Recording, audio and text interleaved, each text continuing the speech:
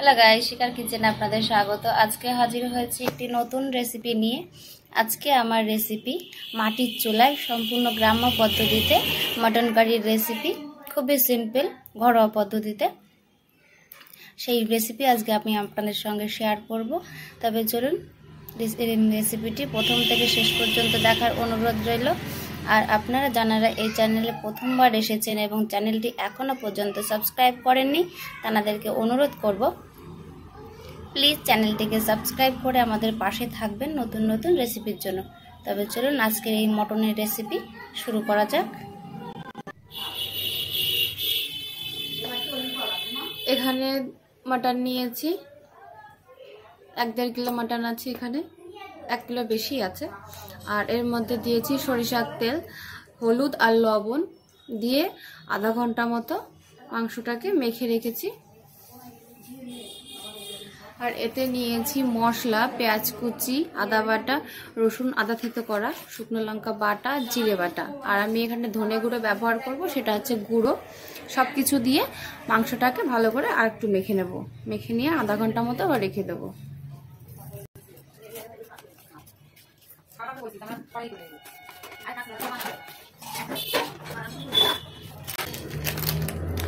দিয়ে দেবো ধনে গুঁড়ো 1 চামচ মতো, 1 চামচ কি 1.5 চামচ।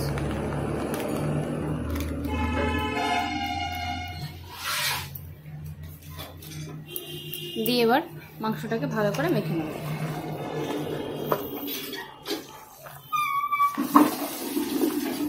এইভাবে রেখে দিলে মাংসটা ভালো খেতে হয়, মাংসের মধ্যে সব মশলা ঢুকে যায়।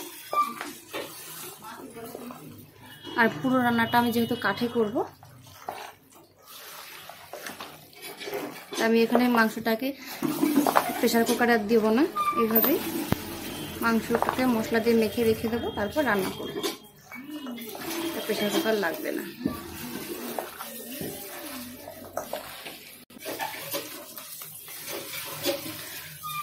মাংসটা মাখা হয়ে গেছে, এবার এটা ঢেকে দিয়ে 30 মিনিট মতো রেখে দেবো।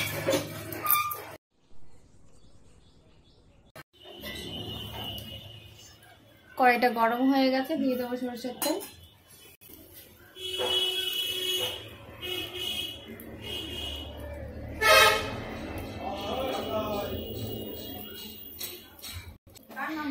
তেল গরম হয়ে গেছে, দিয়ে দিচ্ছি আলু টুকরো করে রাখা।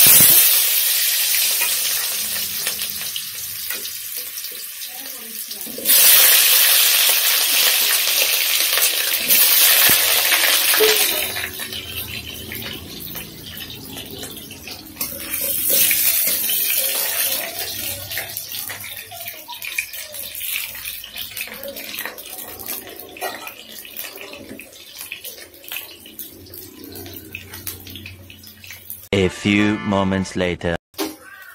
আলু ভাজা হয়ে গেছে, এবার তুলে নেব।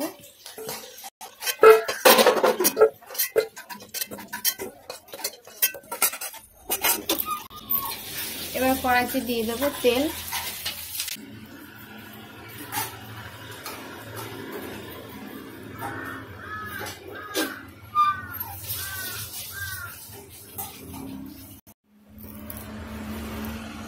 তেল গরম হয়ে গেছে, দিয়ে দিচ্ছি তেজপাতা,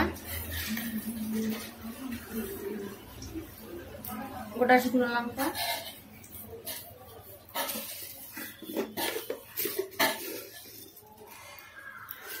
গোটা জিরে,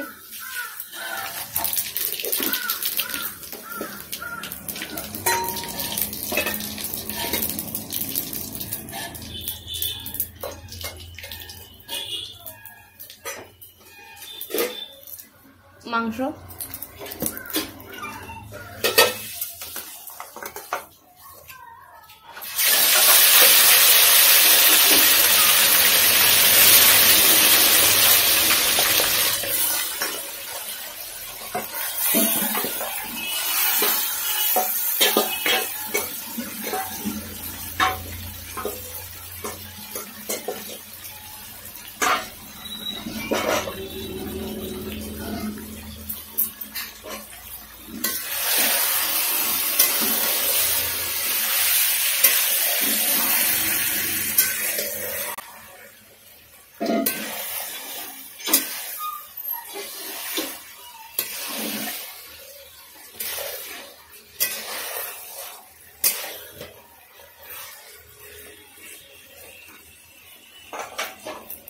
A few moments later.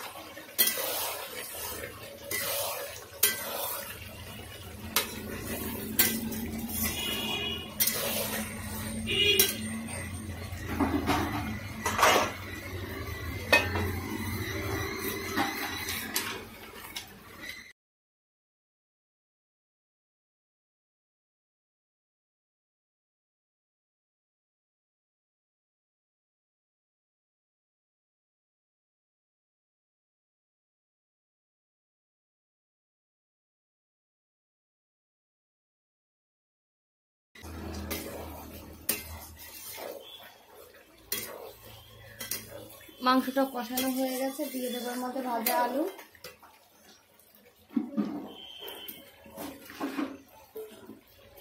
দিয়ে আলুটা দেওয়ার পর আবার কিছুক্ষণ মাংসটাকে একটু কষাবো, মটনটাকে, যাতে আলুর মধ্যেও মশলাটা ভালোভাবে চলে যায়।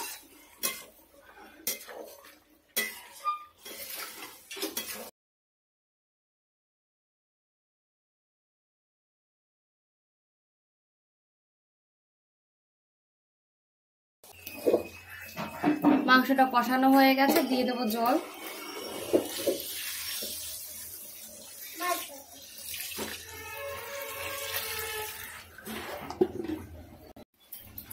যেহেতু মাংসটা প্রেসার কুকারে দেবো না, তার জন্য মাংসটাকে এভাবে একটু জল বেশি দিয়ে 40 থেকে 45 মিনিট মাংসটাকে রান্না করে নেব।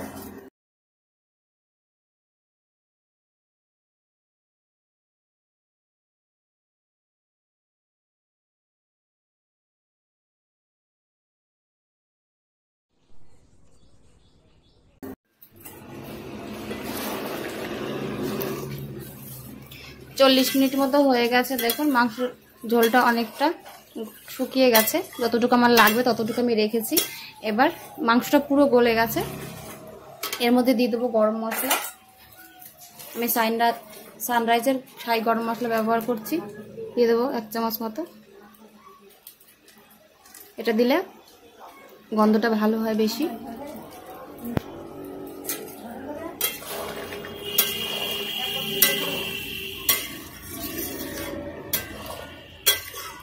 দিয়ে এবার মাংসটাকে 2 মিনিট মতো ঢেকে দেবো, যাতে গরম মশলার গন্ধটা মাংসের মধ্যে চলে যায়। দিয়ে এবার নামিয়ে নেব।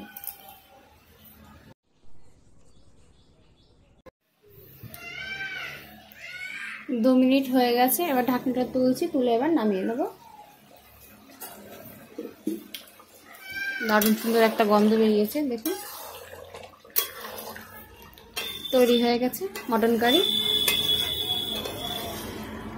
একেবারে গ্রাম্য পদ্ধতিতে মাটির চুলায়। আপনারা বাড়িতে রেসিপিটি ট্রাই করুন, আশা রাখছি রেসিপিটি আপনাদের ভালো লাগবে। ভালো লাগলে অবশ্যই লাইক, কমেন্ট এবং শেয়ার করতে ভুলবেন না। ভিডিওটি দেখার জন্য অসংখ্য ধন্যবাদ।